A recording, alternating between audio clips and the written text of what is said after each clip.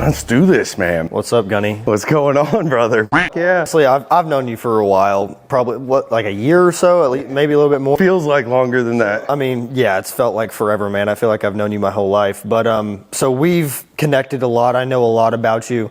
Obviously, the people listening don't. So do you want to give yourself like a quick rundown, a quick summary of your career and your life so far? So yeah, retired Marine Gunny, hence the name Gunny. It's not my real name. When I got out of the Marine Corps, it was kind of comical to me because if you yelled my first name in a crowded area, I wouldn't even respond. This is the Marine Corps. Unlike the Air Force, we don't call each other by our first names. But if you yell Gunny in a crowded area, my head freaking snapped. So when I got out of the Marine Corps, companies I worked with naturally started calling me Gunny. And it just became a thing to where everyone knows me as Gunny in the organizations and the circles that I run with. But I was fortunate enough to retire from the Marine Corps 2019. The way I summarize my Marine Corps career is I was fortunate enough to be able to witness leadership from all aspects of military, from conventional forces into special operations community, and even ending out my career supporting tier 1 organizations and operations. Leadership really changed the trajectory of my life in the Marine Corps, and it's something I still focus on, and I do to this day, supporting organizations and people. But my career is definitely one that is not about myself. It is about those that I had the honor to serve and support with. And then now, post-career, transitioned out of the Marine Corps, like I said, in 2019. Toughest thing I ever did in the Marine Corps. I would much rather go back and deploy again than have to deal with transitioning out of the Marine Corps. But I've had also now I'm kind of reinventing that unique career that I love so much about my Marine Corps career now in the civilian life, to where so far the organizations and the jobs that I've had, to where I started off working with an esports organization where I was doing leadership coaching for multiple teams all around the globe for one esports organization, to then moving down to Houston to oil and gas industry, working with the company for 4.5 years down there doing leadership development for their entire organization.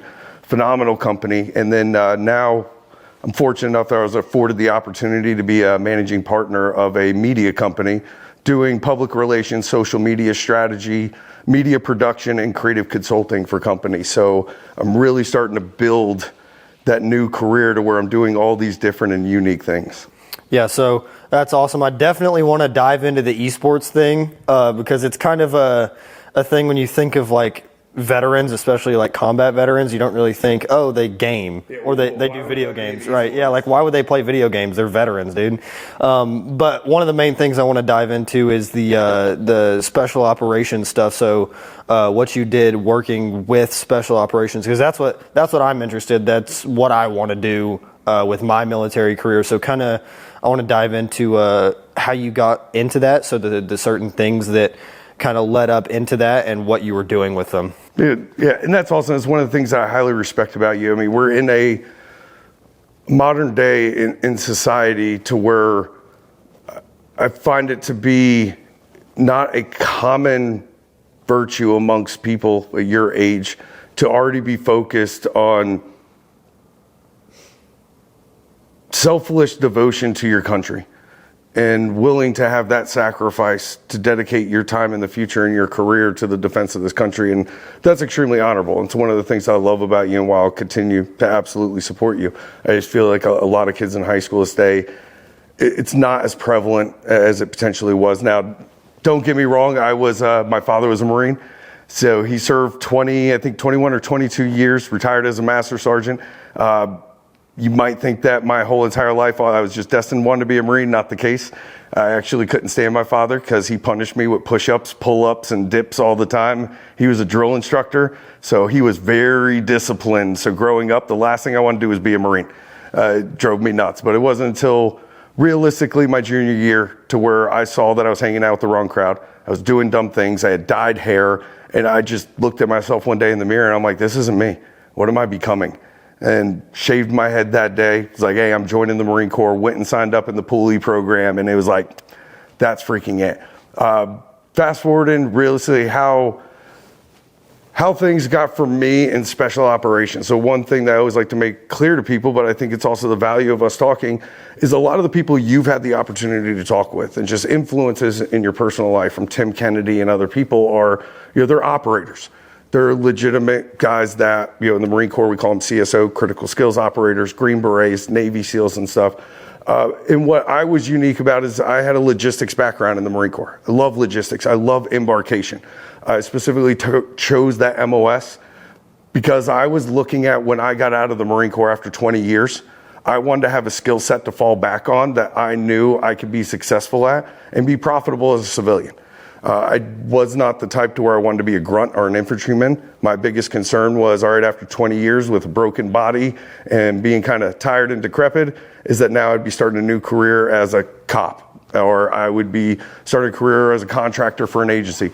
Nothing against individuals that want to do that. Love supporting those people, but I always wanted a job as something that could separate myself from the military and from potentially the trigger pulling. So my integration with special operations was on a support side that a lot of the people you've talked to, you probably had no exposure to. Kind of make a long story short, how I ended up getting into MARSOC, it was by happenstance. It was in 2008. The organization was just standing up. They just fell underneath SOCOM after kind of a long extended proof of concept with an organization inside of with SOCOM. And I was with an F-18 unit at the time. I was an embarker, and I was in Yuma, Arizona, supporting a massive exercise that we conduct out there called WTI. And I was the lead embarker for getting all the units, all their manpower, all their equipment back to their home duty stations. And long story short, I had a recon group, or recon team that approached me because their aircraft that was supposed to take them home after living for months out in the field, sleeping on the ground and stuff, had some maintenance issues and they had to cancel that flight. And they didn't know when they were going to get another one. So my heart went out to these dudes. I love freaking supporting these guys. And so I pulled some strings, made some phone calls, kind of exaggerated my rank maybe at times. Not my rank, DOD, don't hold that against me. I just exaggerated my position at times to try and get these guys an aircraft. And I did sooner than they were able to get a replacement aircraft and get them back home. It was about 2 days later when I was out in the desert at WTI helping pack up another company when I got a phone call from my monitor. And the monitor is the one guy in the Marine Corps that for your job, like for all logistics guys, this one Marine is the one that decides where everyone goes to, what units they go to. He's a senior level guy. And at the time, I was a sergeant in E5. We don't talk to the monitors. That's reserved for staff NCOs and higher. We don't talk to the monitors. I got a call on my personal telephone from my monitor. Called me out of nowhere. And I remember sitting out in the desert, like feeling like I should be standing at parade rest because this master sergeant is calling me. And I remember his words were, "I don't know what the hell you did or who you impressed, but you've been requested by name to report to MARSOC." And it was in like 3 months. And I had no clue what MARSOC was. I'm just a Marine that loves logistics, loves embarkation and stuff, and never even thought about special operations. It wasn't on my radar. It wasn't something that I was focusing on doing in my career. I was actually more focused on wanting to be a drill instructor than being in special operations.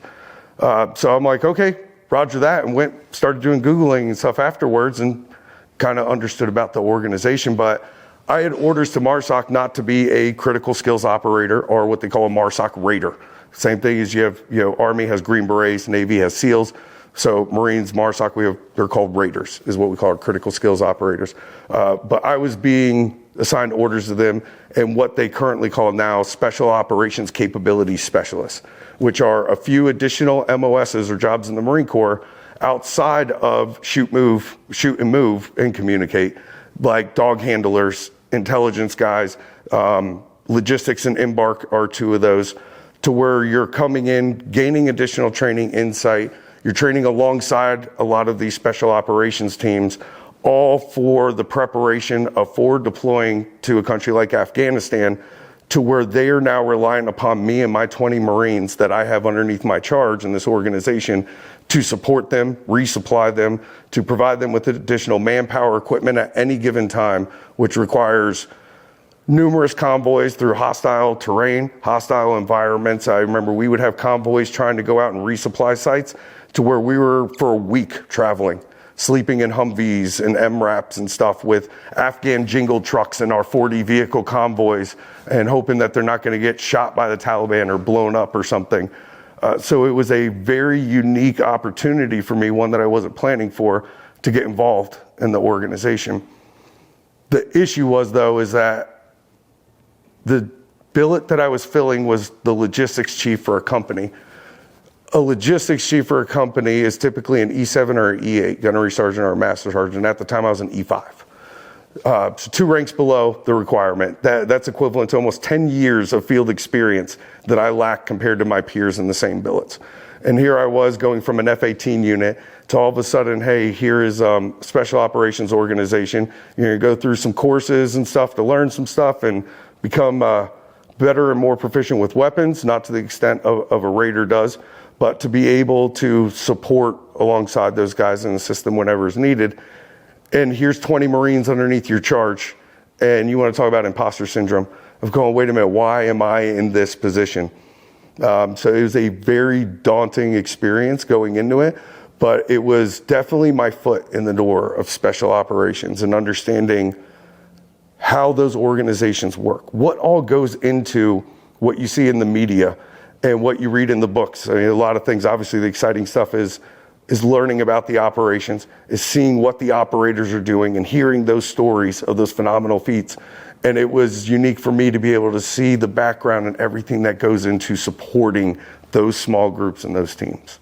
Yeah, so one of the things that I thought was really awesome about you and your story, and what's different than so many other guys that you hear about on whatever podcast or whatever show or book, is you were 2 ranks under what the requirement was, and they were like, oh yeah, that's fine, we'll train you, it's fine, we want you so bad that we'll train you and get you to the level that you need to be just because we want you to be here. So let me downplay that.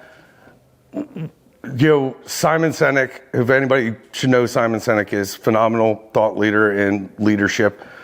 He worked with a friend of mine, Rich Davini, who was in charge of assessment selection for SEAL Team 6. And what I'm getting at is Simon has a clip out there where he talks about one of the things that he learned about selection for these high tier organizations is that they hire for character and train for skill. Is that they can teach anybody to shoot, move, and communicate, but to try and teach people initiative, drive, grit, loyalty, those are very difficult things to teach in people. So what they do is they look for people that organically have those character traits that they need. So at the time, I was just fortunate enough to display a lot of these character traits that they needed out of a logistician. When these recon guys came to me, I didn't know them. I wasn't in their unit. I'm just supporting the exercise. And I refused to freaking take no for an answer. I did everything that I could to get them that stuff. I got nothing in return for it. I didn't even see the guys before they flew off. But I was busting my butt just to try and take care of those guys. And to them, what they saw was anybody could teach him to be a better logistician, but what we can't do is just teach any logistician to have this dedication and drive. And when they're in a rough situation, he makes something happen. And I think that's really what it was, is because MARSOC was so young at the time, and to where they were just standing up and didn't know how many people would they need. The support structure we had in MARSOC that I deployed with of about anywhere from 20 to 30 guys underneath my charge in the logistics cell. Modern day, that may change a little bit because we're still growing. One of the things I was tasked with when we were not deployed was I was heavily involved in the establishment of the the Marine Special Operations Logistics course that now special operations capability specialists have to go through kind of this in-doc course for special operations logistics and learn all these things that are outside of the scope of conventional Marine Corps. So I was very dedicated to my MOS. I wanted to learn my MOS. I wanted to be the best at it, and I had the drive, and that's what they saw. I firmly believe that because of the people that I met at MARSOC who learned about my character and learned about my drive, were willing to put their name and their reputation on the line to say, put him in this position. Yes, we know he's a younger rank. And I mean, I'll give all my credit to, I don't know where he's at right now in the SF or Special Operations community, so I won't say his name, but my first CO with the company I went to. I did some work and stuff with him on a team analyzing training And through working with him, he went to MARSOC and said, I want him to be my logistics chief. And they brought it up of, hey, he's not this and this. And he said, I don't care. This is who I want to be my logistics chief. And that was enlightening to me, is MARSOC was my foot in the door in special operations. I did go on, which we talk about later in the future, of going and work with the NSA and supporting JSOC and stuff. But to see the difference in leadership from conventional forces to where they're really just developing Marines still in conventional forces. They're building the organic leadership to where when you start to operate with inside of special operations, you hear the term like the big boy club, to where you are held accountable to your actions at all time by everyone that's around you. It's not just your senior person coaching and counseling you. Everyone around you is coaching and counseling you. Everyone is pushing you to be better at all times and expect you to be pushing yourself harder than they're pushing you. And it was a really unique experience to see that. And I was fortunate enough to have kind of that same mentality of, I don't want to be restricted to get better. I want to be able to seek training, education, drive, and do things different, and not just do things by an SOP. And in that organization, especially at the time that we were growing, we had that flexibility. I don't think modern day MARSOC, would they have a sergeant filling a logistics chief billet? Probably not. But at that time, we were young, and it was more about the character, and more about the character than the skill, but the skill had to be there. Absolutely. So I don't want to glorify and say as much as I was a badass. It's just that they saw that I was a hungry logistician that liked to make impossible shit happen. And for that, they freaking gravitated towards that trait about me and said, hey, we're going to pull you on board. That's absolutely rad, man. So you talk about going on deployments. One of the things I want to know about is like, what are the workups like? So they're normally about a 6-month deployment time, right?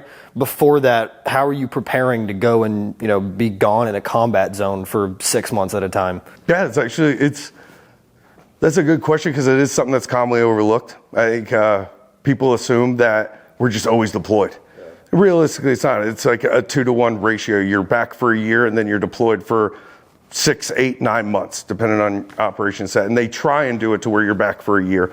Some guys, and there's some jobs are more in high demand, and they have to do turn and burns and go back and redeploy. But on average, back in the time that I was there, is really what happens is what we focus on is when we're getting near under 200 days from knowing that we're deploying. Once we get within that 200 days is when we are starting to execute. You said the term a workup. So we have already identified and scheduled specific training that is not just going out to the range. It's more so of going, hey, our whole company, all 3 special operations teams, and the logistics support freaking team is going to go deploy out to California from Camp Lejeune, North Carolina, to be in a desert environment in, cliffed mountainous areas.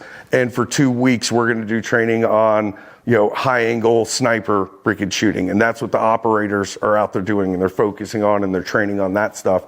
Us on the support side are the ones that are coordinating and executing all of this training. We're the one doing all the coordination with the training sites, getting all the ammunition, making sure all the weapons and stuff are ready, that all the teams have everything that they need, and moving them with aircraft. And, at times we're using railroads, actual rail cars and stuff to move Humvees and things around the country, tractor trailers. So it's a whole big thing for us to move these guys from Camp Lejeune, North Carolina out to California. So while they are doing this to get more proficient at their skill set of being a critical skills operator and shooting, what we're also doing from a support perspective is building our skill set of going, hey, we need to be able to, in a quick manner, move our team across the United States. That's in preparation for when we go in the country, and we have to start doing this stuff in unknown terrain and over larger areas of land. So everything that we do with the workup is focused on developing the different skill sets within the teams and the company as a whole to get them better in preparation for the deployment. So we'd roughly do about 3 different training sites that we would go out to for anywhere from a month, a few weeks, but these are longer kind of mini deployments, I guess you could say. But they're focused for some reason. One might be on jump ops over 2 weeks, that all the CSOs are doing jump ops and stuff, and we have riggers packing chutes and everything. And then we're going out doing some demo work or shooting. And then once we're there and we're actually doing training, a lot of the times the support guys are integrating with the teams and doing stuff with them. We're not qualifying at their level and doing stuff at their level. But one of the biggest values in Marine Special Operations is that we bring out our own organic support capability that typically a ODA does not bring out or have access to unless it's through the higher headquarters, the SODIF, when we're deployed. So they integrate the support staff the best that they can so that we can provide additional resources and manpower. When our operators are going out and they're executing a con-op to where they're going to go clear a freaking building and stuff, and they're going to go capture some dude or take out some guy, one of the things is like the vehicles that we use to get in there. The guy that's on the turret, typically SOP is that he never leaves the turret. Never does. Even when these guys dismount and go inside, they're on the freaking turret. They have outside perimeter security and stuff. And when these operations got big, our special operations teams are only 13 to 15 guys at the time of actual raiders. So they would need additional manpower to say, hey, we need people to man 50 cals and stuff because all of us have to dismount and go in. So all of the support staff was trained on the bare minimum implementation and the use of all of the weapons that were available inside of our company, from sniper rifles, 50 cals, Mark 19s. Everybody knew how to use every weapon in case shit hit the fan. Everyone could use it.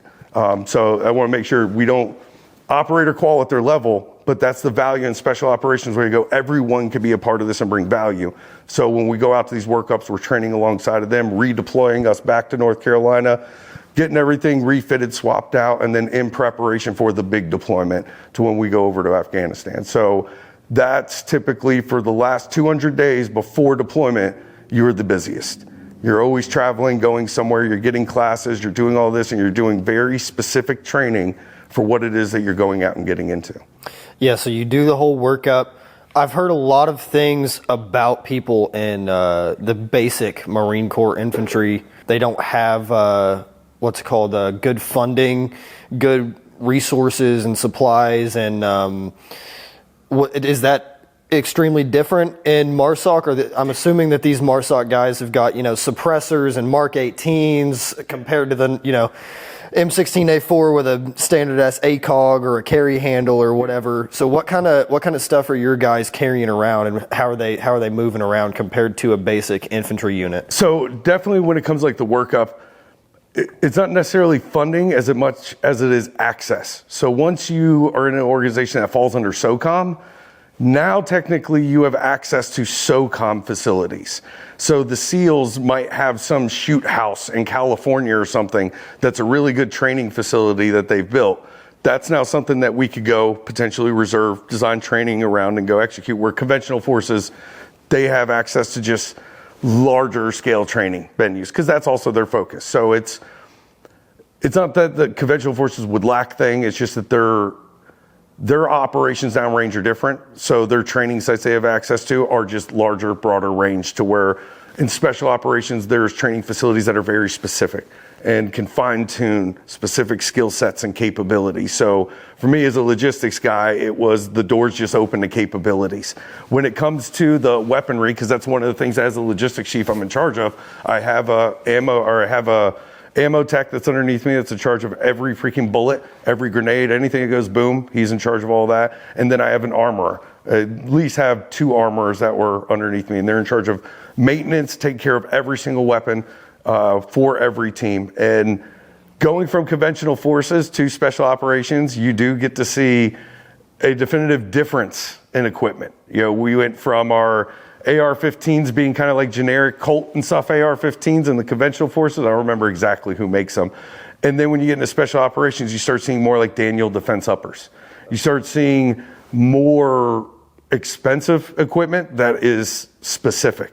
So, for example, at the time that I was there, your AR that everyone had was not just a standard AR, and that's how it always was. You had an AR, and then depending upon your job within the team or your skill set, you might have 2 other uppers that you have that are in your weapons freaking locker. You might have a 16-inch for, general patrols. You might have a 10-inch for CQB or something of that nature. You have guys that are snipers and stuff on the team to where they have different weapons like in their locker that are assigned to them, like DMRs and marksmanship rifles, and 50 cal Barretts are assigned to these guys. So depending upon your role, you have access to like this weapons system. And it's all issued out to you that you now plug and play and put things where you want. And if something wasn't available, an operator would come to me and my guys and be like, hey, there's a new freaking laser, whatever, that's freaking out. I want to see if we can get our hands on it. Now I go to SOCOM, and next thing you know, we get a box with these new freaking capabilities and this equipment. So we had access to far more specialized equipment in special operations. I remember even when it came to ammunition, to where most of the time in logistics and conventional forces, you were filling general purpose ammo, 9mm, 5.56, 40 mic and stuff, to where our guys and our teams had the capability to request not just like 308 rounds, but specific ball and grain that they wanted, and specific actual like ammunition manufacturers that were available through SOCOM. So these guys were able to fine tune their weapons to make them so incredibly precise, and it was about them. They set them up how they want it. In conventional forces, most of the time, it is, all right, everyone runs an AR with like an ACOG on top. In MARSOC, you have a locker with, here's your AR, and you can have an LCAN, you can have EOTech, you can have this, you can have this, you can have this, and you're deciding what you build up. So everyone has all these different uppers and stuff. Your kit and your equipment, at the time I was with MARSOC, we were still growing. Getting funding and stuff for SOCOM takes a little bit, but even our gear and our helmets, or Mitch helmets and stuff, were different from the conventional Marine Corps Kevlar stuff. So you definitely saw that the weapon sets that were used wasn't just like we had Gucci stuff, except the difference is that the reason for purchasing and utilizing every single piece of equipment was based upon a reason. Why, what is it that you're doing, and giving them access to everything they can bolt on, carry on, and put on to make them more effective, because they're a 13-man team, not a grunt unit with hundreds of Marines. Yeah, that's one of the things I think is so cool about, special operations or special forces. And one of the main things that kind of draws me to it is the amount of flexibility that they have compared to a basic infantry unit. And I personally, geek out about all of the, the different suppressors and lights and lasers and gear and plate carriers and shit. I love all that. I know your favorite is multicam black. Oh yes, that's the Lord's pattern. But one of the things I want to dive into next is kind of more of the you stepping out of the Marine Corps. So we've talked about, your MARSOC stuff. What's the last little bit when you're starting to get out towards the civilian side of your career? I'll tell you that MARSOC was what I call like my foot in the door of special operations. After, long story short, I got injured when I was in Afghanistan and developed an incurable pain syndrome in my legs. So it became to a point to where I wasn't actively combat deployable. I was fortunate enough to where MARSOC, and being in special operations, it's another thing to where you're not just a fish in the sea. Like, everybody in the organization is known. They take care of everybody because it's a smaller demographics of people. So the commanding general even found out about my syndrome that I was dealing with, and I was having to fly to Johns Hopkins to try and get treatment. And long story short, stars aligned for me to where at the time the NSA, Marine Corps, was building an organization underneath the NSA called Marine Corps Forces Cyberspace Command, MAR4 Cyber. And they were just standing up at the time. And they were in need of a embarker and logistician that had background and knowledge in special operations in order to start working on developing the capability to integrate cyber support teams in with tier 1 organizations. And with the location of the unit being out in Maryland, which is where Johns Hopkins is, all the commanding general MARSOC had to do was make a phone call, and I instantly had orders to go out there. So it was twofold. One, it was a beautiful thing to be in an organization like that where you actually felt like you were somebody that fucking mattered. There's a common term for support guys like me in the conventional forces, like POG, people other than grunts. Oh yeah, whatever, dude, fuck you. I love what the fuck I do, man. I love supporting freaking snake eaters and door kickers and shit. Like, they're awesome fucking dudes.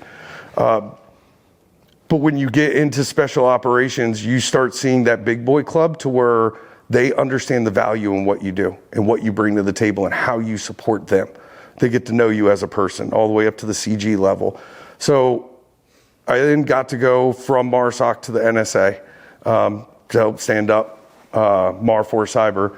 And that was a really cool experience, being with now this 3-letter agency, seeing the internals of how they do things, how they work and stuff. And from there, I then got exposure to more of the tier 1 side of the house. And when you want to talk about the big boy club, that is the big boy club. Going back to the whole thing about leadership, is the leadership that I witnessed in the tier 1 organizations is something that I've not seen replicated in the civilian world. I'm fortunate enough to have met dear brothers like Mike Sorelli, Rich DeVinny, people that have been mentors and coaches for me and really kind of guided me, especially post-service. But the level of leadership in tier 1 organizations makes you think that everyone hates each other and they want to beat the crap out of each other with how blunt they are and how honest. But then you realize real quick about how everyone empowers that and encourages that because they're all in this to get better. And it blew my mind away to see that from my perspective, from a support perspective, the foundation of what make these organizations so highly efficient and so capable, no mattering the terrain, the mission set, or what you throw at them, is because at their fucking core, they care nothing more than about the brothers freaking around them and seeing them achieve a level of success that they once didn't think that they could, of making better shooters every day, making better leaders every day. And at every operation, at the end of it, they do after actions where they are blunt and brutal with each other. And I witness it myself to see people going, hey, you need to do this shit better, and I don't want to see that again. And me thinking they're about to fight, where the other guy that just got that coaching responded with, hey man, I appreciate that, brother, I got you. And it was like, holy shit. When you bring people together that are all about just mutually supporting each other and doing nothing more than being the best that they can as a team and not as an individual, that right there starts the foundation of tier 1 organization. Doesn't matter how great you could shoot, move, and communicate. If everybody is operating independently and selfishly, the organization is not going to succeed. And that was a massive eye-opener for me. And I've always been a nerd about leadership in my career. Studied it, went to college for it. It's just something to where I always looked at I am a bad leader. And never, still to this day, I don't consider myself a good leader. I am still trying to learn this thing as I learn more about myself and my capabilities to learn. It's kind of consumed my life when it comes to leadership development. So with my syndrome and stuff, with the, moving on to the NSA, getting all this treatment, I was afforded the opportunity to go to one more duty station, ended up at Weapons and Tactics Instructor Course in Yuma, Arizona, the same place that I was supporting and got selected for MARSOC, except now I'm the logistics chief running the Exercise Logistics Operations Center for this massive exercise that we do a few times a year out there. Works with some phenomenal Marines. And then it came time for me to have to retire. My syndrome was just kind of getting worse in a sense, and I wasn't actively deployable, which was a tough transition. I won't even go into that because it's a whole nother conversation. I would have much rather have deployed than going back through transition again. But because of the relationships that I built with my time in, and individuals in the special operations community that knew my character, that knew my background and the stuff that I did and my dedication to supporting people, I had a support network when I was getting out. I was fortunate enough. So getting out, my first job I landed was in Esports, so competitive video games, to where I think I got a peak. I had 13 teams internationally that I was coaching for leadership development, coaching the players and the coaches. Yeah, so I think one of the biggest questions that people listening would have is, how the fuck does a logistics guy in the Marine Corps go from all the badass whatever shit to esports? Like, how does that even translate at all? And then what are you doing there? Like, what are you coaching these people on, and like, what are you doing to help them? So it was even, I kind of said the same thing. Yeah. When I was contacted by Mike Sorelli, like I said, dear brother of mine, he's helped me through transition. And he's the one that actually got me linked up with this company. The CEO at the time, Marty, phenomenal civilian leader, studying leadership, reading books and stuff. He was reading Extreme Ownership by Jocko Willink, and ended up reaching out to Mike Sorelli at the time. I was running a executive headhunting organization. It was explaining that what he needed was somebody with military background to come into the organization to help develop the players when it came to leadership. And I kind of said the same thing. All right, how does this apply and what does it work? Fortunately enough, I'm an avid gamer myself. Like they said, I'm kind of a closet computer geek. I build liquid cooled computers. I like building my own PCs and stuff. I game all the time. Overwatch, Call of Duty is my shit. Zombies, I don't do that multiplayer crap. I'm just a diehard COD Zombies fan. But talking with the CEO, when I first had an interview with him, I was asking him, what do you see in my background that is valuable? And then there were things that he provided insight on that, having just transitioned from the military to the civilian world, I didn't realize at the time were valuable attributes. Like one of the things, I'll give you an example, I worked a lot with the teams is on communication. And that's one of the things the organization really wanted to focus on is through my background and stuff in deploying and just being on radios and having to communicate in high stress environments is they were seeing that their teams, when they were in game, like when they started stressing out, communication would break down. And they didn't know how to coach them through that. So that was a big thing of mine to where I worked with teams in order to get them to operate actual like communications programs of developing your own short-term ways of saying things that you don't have to use 30 seconds to say it. You can use 2 words in order to convey a full thought. And how is it that you organize your communication in game so that you don't have these hot mic situations where everyone's yelling and people actually are able to hear the information that is needed for you guys to succeed. So there's a lot of coaching on that when it came to in-game performance. How do we communicate? How do we identify when we're getting too stressed because the game's not going our way? And how do we prevent ourselves from breaking down and just shutting down and losing the match when we could potentially come back from that? Then move into like the coaches side. A lot of coaches in esports, especially at the time I was there, they're just players that have got past their prime that they moved up into coaching positions. And realistically, none of them had any leadership experience. There's nothing against them. They're just 22, 25-year-olds that went from high school to now being with a esports team, and they don't have experience to actually lead a team of people.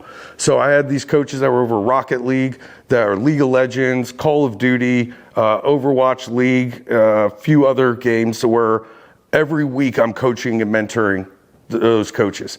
They're telling me about issues that they're having internal to the team. And I'm not coming in and solving the solutions. I'm building the coaches as leaders. So I'm going, hey, here are my thoughts. Have you considered this? Tried this? Hey, the team's down from you guys having a streak of losses. What can we do to change morale? What is it that your team like? Let's allocate some assets and money to getting your guys outside of the training facility, and let's just take them out for 2 days to decompress and go see something cool. Let's reset their brain and stuff. All that I did was utilize things that we naturally do in the military that just the civilian sector didn't know about.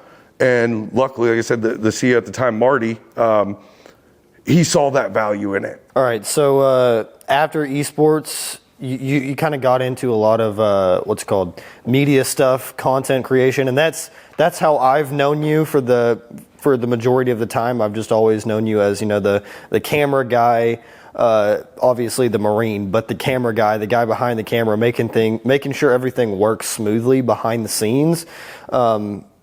How did you get from esports to, you know, over here filming shit, like doing the Office Joe and the 7 Continent Jump, traveling around with Mike Sorelli and all these dudes? How'd you transfer from esports to that? So it was really a transfer from leadership development to multimedia. I did esports for a year and loved the organization. An acquisition happened. They wanted me to move to Canada, and I was like, sorry, just don't want to do that right now. But stars aligned once again, and there's a company down in Houston that wanted to bring me out to be the director of training and leadership development for their company. And all for it. Spent years with them. They have 3,500 employees nationwide, traveling around to oil refineries, doing speaking events and stuff, and really focused on leadership development, which is at my core, is kind of my passion. When it comes to multimedia, it was actually something I picked up when I was at the NSA. I was just, you know, going through being with Mars Octa, where we're always on the move. We're doing something nonstop, to where at the NSA, there's a lot of cubicle stuff, and being in these glass buildings, and I found like idle hands. So I went to go pick up a hobby, and somehow I landed on photography and bought my first camera just to play around with it, and started falling in love with doing it for myself. I take a lot of pictures for myself, not of myself, for myself. I'm really a huge fan of what's called light painting photography. That to me is such a great art to where I get to express myself in doing some of those images. But fast forward to really like when I got into my last job before where I am now in multimedia, where I was doing leadership development for this company, is I would produce a lot of multimedia weekly to get leaders to think outside of the box. These short 2-minute videos are called 2-minute drills. I would be on an internal podcast that we built for the company and stuff. And through my passion, I'm the one setting up all of this equipment, filming all of this stuff and learning more as I go. And then it just naturally started happening where people started reaching out to me, asking me if I would do work for them in multimedia. I never thought I was worth a damn in it. I'm my biggest critic is I never care about the stuff that I produce. I don't think it's worthy of anything. But I had to come to terms and kind of take some people's word of, hey, you're better than you think you are, and you have value in what you bring. Not to say that I'm like some amazing award-winning photographer. It's just I didn't think that I had the skill set or the capability to produce results that other people wanted to see, but I was kind of sorely mistaken. So I was fortunate enough to be able to work on some side projects, like one DZ Moab that we just released in support of Mike Shirelli, Tim Kennedy, a whole bunch of other, special operations guys that were on there that were doing jumps out in out in Utah to raise money for the kids of fallen soldiers in order to get scholarships. And so I worked on editing that alongside Dan Myrick, who's the director of the Blair Witch Project. And I am a absolute horror movie fan. I love horror movies. And Dan Myrick has always been like an idol for what he did with the Blair Witch Project, which is well before your freaking time. But it was a very influential movie back in its day. And here I am in this situation where I'm a leadership development guy and a retired Marine gunny that somehow Dan Myrick, thought my content was good enough. And when Mike, brother Mike Shirelli said, hey, I want to bring Gunny in to help edit this. And he looked at my work and he's like, absolutely, he has talent. And that's when I had to come to the realization where Dan Myrick is saying that I have talent. This is something I should probably focus some time on developing my skill set formally. I've done it a lot with leadership development since I've been out working with 2 companies focused on that. And I still love it. So I was afforded, once again, I feel like I get really lucky and stars kind of align. But I was afforded the opportunity where I got offered a managing partner position in a company called MT6 Media, that we do public relations, social media strategy, creative consulting, and we do multimedia production and editing. And I worked with MT6 on Mike and Dan Myrick's 777, especially when we did the red carpet premieres, kind of like you saw with Average Joe. And when they saw my work of just covering those events and the stuff that where they were like, hey, we want this guy to come work with the organization. So they approached me and said, hey, you consider coming in and kind of helping us run this company. So it's where I really had to lean in on taking the word of people that I trust and love, and where they say, hey, this is something you're good at, to where I'm like, you know what, let's take a chance. So right now in my career, I'm going, hey, let's take a chance in fine-tuning my skills, dedicating more of it to the multimedia, to where this hobby may actually be more of a career than I realized. And I'm the only one that has prevented that growth up to this point. Yeah, I think the things that you're doing are super fucking rad, dude. And you've helped all of these companies out exponentially. I know you've helped me and my dad out a shit ton with the events at Staccato. Like, I don't know how we would have gotten the kind of, photo and video that we did. And also just your insight from a military aspect of, what guys are going to want to do at a shooting event, right? But I'm kind of going to make a full circle and have like a silly question. So I know you're super into like gear and guns and stuff, kind of like I am. What kind of sparked that for you? And like, also, what is your favorite, type of weapon system and gear systems that you find yourself running a lot? My passion currently, right now, is I love shooting. My love is pistol, 100% pistol. Nothing wrong with AR. I used to run 3-gun matches. I did USPSA as well when I was stationed in Yuma. I guess for me, one, I'm into pistol now because in the military, pistol actually isn't that emphasized and focused on. Just to be honest, like, we do way more training with ARs than we do with pistols. And especially when I got out of the Marine Corps. I mean, I was in the pistol competitions and stuff before I got out. But really when I got out I realized that most of my self-defense now, damn microphone, I just smacked that shit. But most of my life now and me protecting myself with a weapon is with a pistol. And that's why I've really focused on pistol shooting, especially post-military career, because that is my primary TO weapon now. It's not an AR like it was in the military. But I was also fortunate to, when I was with the NSA, to be a part of some pistol shooting where there were some pro shooters that came out from like USPSA to teach us some stuff, some different drills and stuff that they do. And I got to see like high speed, tactical precision pistol shooting. And I'm sorry, I don't know what it is, but it's sexy as hell to me when you watch somebody like Max Michel freaking running and gunning and nailing these targets. And I'm like, that's something I want to get good at. So I'm always one that where I am focused not on something that I'm good at, but I always focus on what do I think I suck at. So getting out of the Marines, I'm like, I'm proficient with an AR, at least to my standard I am, but I feel like I am not proficient in a pistol. So I've dedicated a lot of my time just before I got out of the Marine Corps to now, and then fell in love with Staccato, their pistols and stuff, and going up and, being a member at the ranch there, training with people like Ben, getting out to go shoot with Nina and stuff, to where I love when I have a new passion in life that results in every time I exercise that passion, I'm learning something new from someone. And that to me is phenomenal. If I go up and just do something I'm really good at, I'm just executing it. But like when we go out to the range at Staccato, you've seen it, we're out there doing drills. I'm grabbing the staff members, coach me, teach me. And it's really cool every day. It's a sense of empowerment to where I get to leave the range going, I got better. Fuck yeah, that's awesome. So it's a lot of my focus now. That's really sick. Yeah, I mean, especially my first time I ever shot with you, I hadn't even been shooting for very long. We hadn't had a membership at Staccato for very long, but the first couple of minutes with you kind of fixing my technique, just massive up curve of the way that I was shooting, how proficient I was, and I still remember the things that you told me. Nope, Gunny told me not to do that. Gunny told me to do this. Gunny told me to do that. And I always remember, the way you told me to draw, all of this shit, and I keep it in the back of my mind and continue to grow off of the words that you've told me. So before we wrap this up, is there anything else that you think we should cover for the viewers out there? I think I've covered everything that I wanted to talk about. Well, I mean, one, I appreciate having this opportunity to sit down with you. Is that you mentioned before, like all these companies that I support, and I believe my personal mission statement, I developed this for myself a while ago, is that my mission statement in life is that I am dedicated to supporting organizations and people achieve a level of success they once deemed impossible. And I have found personally that even throughout my entire Marine Corps career, I have medals from individual accomplishments, things that I did to go above and beyond, and I got awarded a medal for it.